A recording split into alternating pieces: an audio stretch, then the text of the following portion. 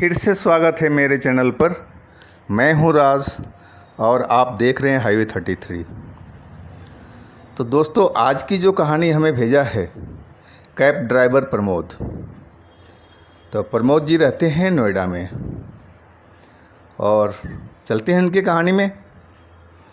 लेकिन दोस्तों, हमारे चैनल को सब्सक्राइब कीजिए, लाइक कीजिए, शेयर कीजिए। तो चलते हैं प्रमोद जी की कहानी में। दोस्तों, मैं हूं प्रमोद और मैं नोएडा के कॉल सेंटर में अपनी कैब चलाता हूं। और मुझे इस कंपनी में लगभग 2 साल होने जा रहा है और ठीक ठाक मेरा काम चल रहा है। और मेरा एक गांव का ही दोस्त दयाशंकर, वो भी कैब ड्राइवर है और मेरा दोस्त है। मेरे घर के आगे 1 किलोमीटर के आगे नोएडा में, और वो रहता है। अभी तो फ़िलहाल अकेले है, लेकिन उसकी शादी तय हो चुकी है और वो शादी में जाने वाला है।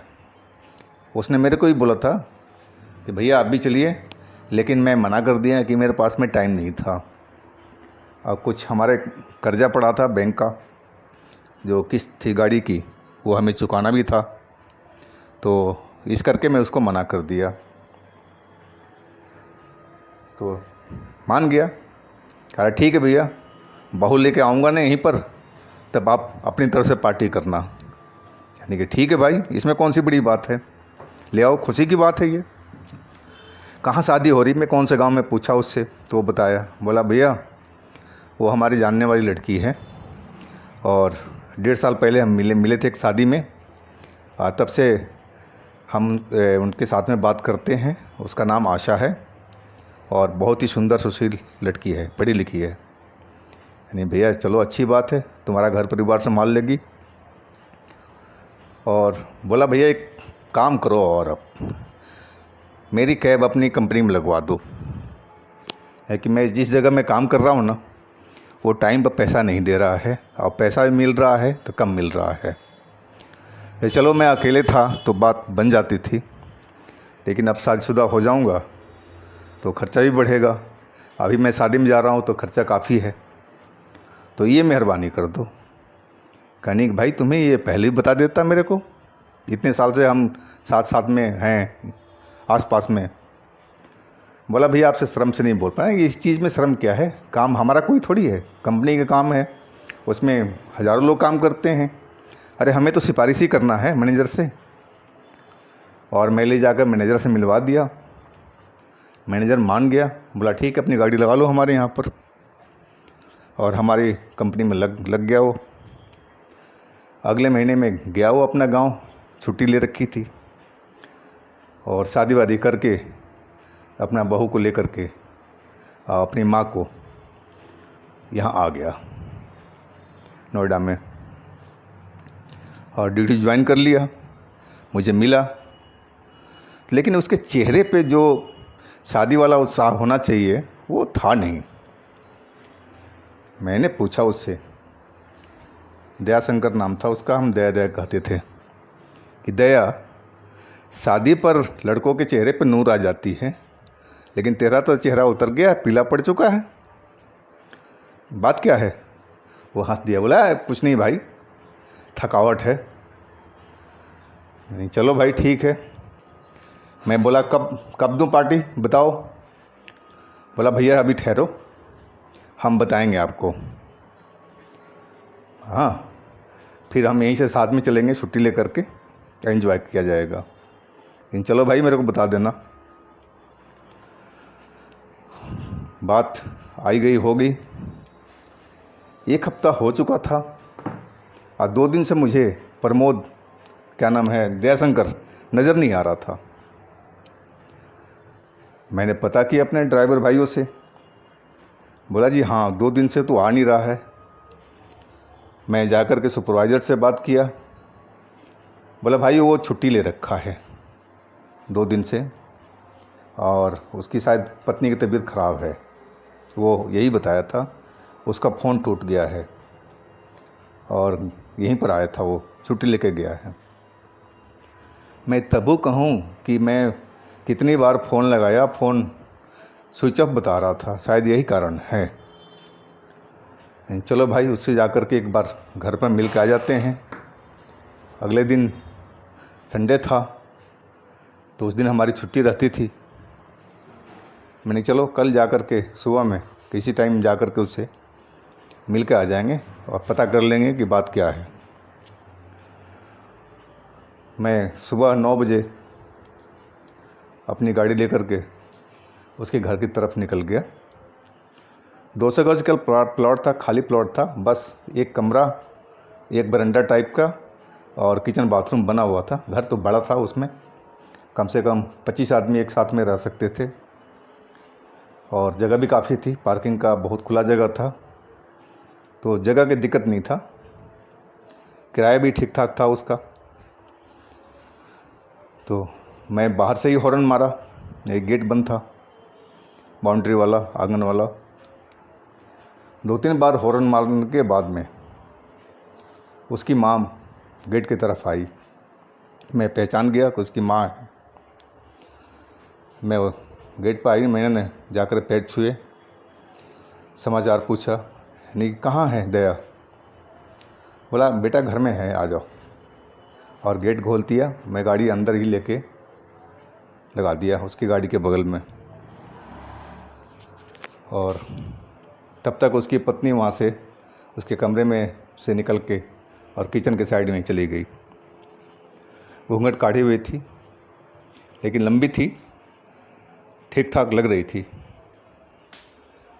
जैसा उसने बताया था।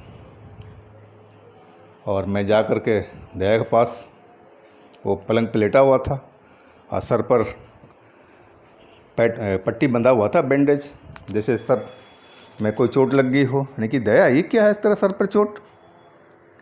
मैंने सुना तेरी वाइफ की तबीयत ख़राब है और मैं यहाँ देख रहा हूँ तेरा सर पे पट्टी बंधी हुई है, बात क्या है? बोला बैठो भाई, पानी वानी पियो, फिर बताता हूँ। माँ पानी लेके आई, गिलास में पानी पिया। नहीं भाई बोलो, आप कहानी क्या है?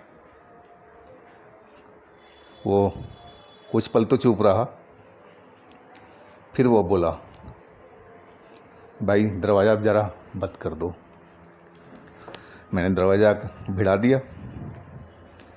फिर बोला, भाई जब हम शादी करके आए गांव में और पहली रात थी, हम खुश थे और हम लोग सो रहे थे। रात को करीब 1:30 बज रहा था आसपास, और अचानक मेरी पत्नी है ना, उठकर रोने लगी। मैंने हड़बड़ा गया कि बात क्या हुई। मैंने पूछा, आशा क्या हुआ, क्या हुआ? कुछ हमने गलत बोल दिया क्या तुम्हें? क्या बात है बताओ। वो मेरी तरफ घूर के देखने लगी और उसकी आंखें एकदम लाल लाल सी हो रही थी। मैं समझ में नहीं पाया कि अचानक इसको सोते सोते क्या हो गया। यानी कि पानी पिएगी आशा, पानी पी लो तबीयत ठीक हो जाएगी। क्या सपना अपना देख लिया क्या? कोई डरावना, डर गई है क्या? वो कुछ नहीं बोल रही थी, वो लगातार रोए जा रही थी और मेरी तरफ आंखें करके लाल लाल मोटी मोटी आंखें देखी जा रही थी। मैं बताऊं भाई, मैं अंदर से बहुत डर गया था और समझ में नहीं आ रहा था क्या करूं। मैं फटाफट मटके से पानी निकाला गिलास में और उसका तरफ पक देने लगा और वो अपना हाथ मारा गिलास पर, गिलास जाके दूर गिरा और फिर वो रोना बंद करके मेरी तरफ खूंखार नज़रों से देखने लगी। मैं एकदम दहल सा गया था। मैं उसका हाथ पकड़ लिया, नहीं कि आशा क्या कर रही हो, लोग क्या कहेंगे? आज मेरा हम लोग का पहला दिन है, पहला रात है, रिश्तेदार घर में हैं और देखो एक गिलास की आवाज़ कितनी दूर तक गई होगी। क्या सोच रहे होंगे कि मियाँ बीवी आपस में पहले दिन पहली रात को ही लड़ाई कर रहे हैं। भाई थोड़ा शांत रहो, बात क्या है बताओ, सर में दर्द है मैं दबा दूँ? या और कोई बात है तो बताओ, मेरे को खुल के बात करो। तभी वो मेरा गला पकड़ लिया अपने हाथों से और ज़ोर ज़ोर से दबाने लगी। मैं पलंग पे गिर गया और वो मेरी छाती पे चढ़ गई, एकदम डायन की तरह हो गई थी और दबाई जा रही थी। मैं उसको हटाने की कोशिश कर रहा था, लेकिन उसकी मेरे गला पे इतनी पकड़ मजबूत था कि मैं छुड़ा नहीं पा रहा था। अब मैं उसको चोट नहीं पहुंचाना चाहता था, आखिर तुम्हारी पत्नी थी। और लास्ट में लगा कि मेरा दम घुट जाएगा, तब मैंने उसको अपनी लात से मारा, तब जाके वो मेरा गला छोड़ा और चोट लगते ही उसके शरीर पर और वो नीचे पलंग से नीचे गिर गई, अब बेहोश हो गई। मैं एकदम डर गया। अब मैं इस बात को किससे कहूँ, इतनी आधी रात को। मैं फिर मटके से गिलास से पानी निकाला, उसके चेहरे पर डाला तो बिल्कुल वो नॉर्मल हो गई और बोले मैं यहाँ कैसे आ गई नीचे। यानी कि आशा, तुम्हारे साथ में क्या हो रहा है, तुम क्या कर रही हो, कुछ समझ में आ रहा है? अभी देखो हमारा पहला रात है और तुमने ऐसे ऐसे हंगामा कर दिया। और रिश्तेदार है, मेरी बहनें आई हुई है, सब कुछ है, रिश्तेदार हैं, वो आवाज़ तो ज़रूर सुने होंगे गिलास पटकने की, तो क्या सोच रहे होंगे। बोला दया मैंने तो कुछ ऐसा नहीं किया। मेरी पत्नी बोली मैं तो आपके साथ सो रही थी। अब मेरा तो दिमाग ख़राब हो गया। नहीं ठीक है, अब मैं समझ गया कि शायद इसके ऊपर में कोई चक्कर है, कोई भूत प्रेत का, आत्मा का, कुछ ना कुछ तो ज़रूर है, या फिर इसका दिमाग ख़राब है, या तो मेंटली डिस्टर्ब है। ये दो ही चीज़ हो सकता था। और इसके बाद भाई हम बड़ी मुश्किल से सोए उसके साथ में। और सुबह होते ही मैंने सारी बात अपनी भाभी को बताया कि भाभी ऐसे ऐसे कहानी है रात का। भाभी भी डर गई, बोली देवर जी माँ को बताते हैं। यानी कि भाभी मैं क्या बोलूँ, आप ही जाके माँ से बात कर लो, मुझे तो शर्म आ रही है। और देखना अभी सारे रिश्तेदार हैं, इस बात को थोड़ा ध्यान रख के बात करना कि उछले नहीं मामला ये। बोले ठीक है देवर जी। और माँ जा कर के भाभी ने माँ को पूरा कहानी एकांत में बताया। माँ मेरे को बुलाई अकेले जगह पर और फिर वही सवाल पूछा क्या हुआ तेरे साथ में। मैंने आहिस्ता आहिस्ता सारी बात माँ को बताया।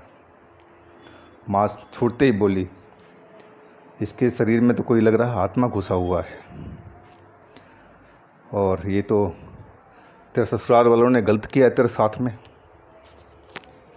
इसके शरीर पर कोई प्रेत चुड़ैल कोई आत्मा है। ऐसे तो इलाज करके भेजना चाहिए था, झाड़ फूँक करवा के भेजना चाहिए था। और कैसे इन्होंने अब हमारे ससुराल वालों पर दोष मढ़ने लगी मेरी माँ। लेकिन माँ उसको भूल जाओ, अभी जो है उसको देखो क्या किया जा सकता है, ससुराल वालों से हम बाद में बात कर लेंगे। माँ समझ गई, बोली बेटा अब सुबह तो दोपहर के आसपास हम चलते हैं एक जगह पर और देखते हैं क्या हो सकता है। बाबा हैं वो, शायद कुछ हमारा समाधान कर पाएँ इस चीज़ का। यानी कि देखो बहुरिया लेके जाएंगे तो घर में लोग बोलेंगे कि अगले दिन ही कहाँ लेके जा रहे हैं, क्या बहाना बनाओगी। डॉक्टर के पास जा रही होगी तो बोलेंगे कि बीमार औरत को लेके ब्याह के आया है, और भूत के बताओगी तो लोग हंसेंगे। यानी कि ऐसा करते हैं, हम दोनों ही चलते हैं। और माँ बोली ठीक है एक काम कर, उसका शरीर का कोई पुराना कपड़ा ले ले साथ में से, बाबा कपड़ा देख के भी इलाज करते हैं। चलो ठीक है जी। मैं चुपके से उसका एक कपड़ा ले लिया, थैले में रख करके हम माँ बेटे बाइक पर निकल गए उस बाबा के पास में। बाबा मुझे कुछ ठीक नहीं लग रहा था, भीड़ तो थी वहाँ पर, लेकिन पैसे का लालची लग रहा था। जो भी आते थे चढ़ावा ज़रूर चढ़वाता था। वो भी अपनी मर्ज़ी से बोलता था 21 चढ़ा दो, 51 चढ़ा दो, 1000 चढ़ा दो। वो भांप लेता था कि कौन कितना दे सकता है। चलो अब क्या किया जाए, अब तो कुछ ना कुछ तो देना ही पड़ेगा। हमारा भी नंबर आया और माँ ने पूरा बाबा को कहानी बताया। बाबा बोला ठीक है, कोई दिक्कत नहीं, हम कर देंगे इलाज, लाओ कपड़ा तो लाओ। पुराना कपड़ा दिया गया जो पहनी थी। बाबा ने उसको हाथ में पकड़ करके कुछ जादू मंत्र किया और कपड़ा को एक साइड में रख दिया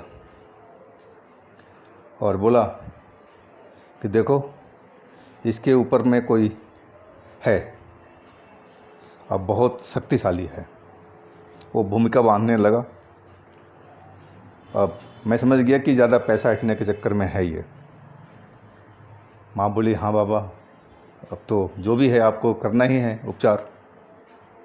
बोला पूजा करना पड़ेगा विधिवत और उसमें पैसे काफ़ी लगेंगे। माँ बोली कितना? 10,000 रुपया बताया उसने। मैं तो अंदर से ही दहल गया 10,000 का नाम सुन करके। मैंने हाथ जोड़ के बाबा से बोला देखो बाबा, अभी हमारा शादी में सब खर्चा हो चुका है पैसा, हाँ हमारे पास में अब कुछ बचा हुआ नहीं है। बचा हुआ है तो ये 1000 रुपये, अगर आप इसमें कुछ कर सकते हो तो ठीक है, नहीं तो हम कहीं और जाते हैं। मैं सीधा पॉइंट पर बात किया। वो 1000 में भी मान गया। बोला आप कपड़ा छोड़ के चले जाओ और मैं तुम्हें एक ताबीज़ देता हूँ और उसके गले में पहना देना और रात में पूजा करूँगा मैं। लेकिन एक चीज़ की ध्यान रखना, जैसे तुम्हारे पास में पैसा आए तो ये पैसा पहुँचा देना। नहीं कि बाबा जितना आपने बोला है उतना तो नहीं हो पाएगा, 1000 रुपया और हमारी वाइफ अच्छी हो जाएगी तो मैं 1000 रुपया और आपके पास पहुँचा दूँगा। बात पक्की हो गई और हम लोग चले आए घर पर। ताबीज़ उसके गले में हमने डाल दिया तो चौंक गई, बोली क्या है? नहीं कुछ नहीं है, माता रानी का ताबीज़ है, गले में पहनो, अच्छा लगता है। और तब जाके पहनी वो। पूरा रात तो शांति से बिता। शायद वो ताबीज़ का असर था या भगवान ही जाने। और अगले दिन बाबा ने बुलाया था माँ को, तो मैं भी साथ में गया था कि बाबा क्या कह रहा है। वो कपड़ा का पूजा करने वाला था, जो भी उसमें जानकारी लेना था। गए हम। बाबा बोला देखो जी, इस पर बुरी आत्मा का साया है और हमने पूजा तो कर दिया है, ये कपड़ा ले जा कर के कहीं एकांत जगह पर नदी नाले के पास में इसको आग लगा कर के आप फेंक देना, घर मत ले जाना इसको। चलो जी ठीक है। रात में कैसे रही? यानी कि अभी तो बाबा ठीक ठाक रात में थी। बोले भगवान चाहा सब कुछ ठीक हो जाएगा, विश्वास रखो। और हम लोग वो कपड़ा लेकर के चले गए एकांत जगह में। हमने जैसे बाबा ने कहा था वो कपड़े को आग लगा के हमने फेंक दिया और आ गए। तीसरे दिन दोपहर में ही वो फिर अपने रूप में आ गई। अचानक उसकी आंखें एकदम मोटी मोटी, आंखों से आंसू निकलने लगे और रोने लगी। हम संभालते रहे उसको और उसके हाथों में ताकत था और एक झटक देती थी तो मैं दूर जाके गिर जाता था। मैं उसको अकेले कमरे में खींच के ले गया कि बाहर वालों को किसी को पता न लगे और पानी वानी उसको ऊपर डाला, तब जाके थोड़ा वो नॉर्मल हुई। और अब समझ में नहीं आ रहा था कि बाबा ने जो ताबीज़ दिया वो काम नहीं कर रहा। वो पूजा भी कर लिया था। फिर हमने सोचा कि चलो एक बार किसी और बड़े तांत्रिक से दिखा लेते हैं, है कि बाबा मेरे को शुरू से ही ठीक नहीं लगा था। और हम एक बहुत बड़े तांत्रिक थे, मैं उनके पास पुराना कपड़ा लेकर गया, माँ को भी नहीं बताया था। जाके पूरी कहानी उस बाबा को, तांत्रिक बाबा को बताया। तांत्रिक बाबा बोले ठीक है बेटा, लाओ कपड़ा दे दो। और कपड़ा लेकर के कुछ उस पर छिड़का, जल वल सा, फिर कुछ मंत्र पढ़ा और बोले ठीक हो जाएगा, ये ऊपरी हवा है, शक्ति है, कोई काली शक्ति है, और ये कहीं रास्ते में पकड़ लिया है इसको आते जाते, घबराने वाली कोई बात नहीं है, से अब मैं इसको हटा दूंगा इसका शरीर से, आप चिंता मत करो। यानी कि बाबा खर्चा क्या लगेगा? बोले तेरे जो जी में आए बच्चा वो दे देना, दान में दे देना। ठीक है बाबा, आप सही कर दो। बाबा ने काफ़ी देर तक पूजा किया वहीं पर, और एक ताबीज़ उन्होंने भी दिया। बोले इसको दाएं हाथ के ऊपर में बांध देना, लेकिन ध्यान रखना कि ये ताबीज़ वो तुम्हारी पत्नी है ना, कभी उतारे नहीं, है कि इसको 1.25 महीना तक पहना के ज़रूर रखना है, और 1.25 महीने के बाद में एक बार हमारे पास ज़रूर ले आना। अगर ना ला सको उसको तो उसका कपड़ा ही ले आना। नहीं ठीक है बाबा। और इसके बाद वो नॉर्मल होगी बिल्कुल सही में, और हम यहाँ पर आ गए नोएडा, और ये 1.25 महीना के आसपास बीत चुका है। और कल की बात थी, ये पता नहीं किस बात पर पलंग पर बैठी हुई थी, और मैं बोला मैं तो जा रहा हूँ ऑफिस, ये कुछ नहीं बोली और मेरी तरफ लाल लाल आँख करके देखने लगी। मेरा फ़ोन वहीं पड़ा हुआ था उसके पास में, और सीधा वो फ़ोन उठा करके अब मेरे सर पर दे मारा, और उसी का नतीजा है ये। अब मुझे मामला समझ में आ गया था उसका, यानी कि भाई ये तो बड़ा ख़तरनाक मामला है तेरे साथ में, अब कैसी है ये? बोलती अभी तो ठीक है, लेकिन पता नहीं कब क्या हो जाए, कुछ कहा नहीं जा सकता है। यानी कि भाई एक हमारा ड्राइवर साथी है, उसके यहीं पर एक उसकी बच्ची थी, उसके साथ में कुछ ऐसा हुआ था, कोई ऊपरी साया लग गया था। तो बताया था कि मैं हर जगह इलाज करके थक गया था, तो दिल्ली में कोई एक वो है दरगाह है निजामुद्दीन करके से, वहाँ पर किसी ने बताया था, तो मैं गया था वहाँ पर। और हफ्ते में मैं 2 दिन गया था, लेकिन 1 महीना मैं वहाँ पर जा कर के घूम के आया, और वहाँ पर इलाज करवाया, वहाँ जो लोग करते हैं मौलाना लोग, और हमारी बच्ची सही हो गई। तो भाई तू भी कोशिश कर सकता है, देख ले, यहाँ से नई दिल्ली ज़्यादा दूर नहीं है, अगर जा सकता है तो निकल जा, आज तेरे पास टाइम भी है।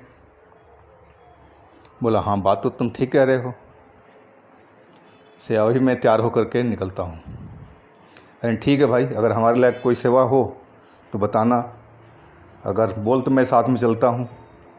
बोला नहीं भाई, हमने देखा हुआ है, पूरी दिल्ली हमने छान मारा हुआ है, हमें पता है, बस आपने जो जगह बता दी, बस आपके लिए आपका धन्यवाद।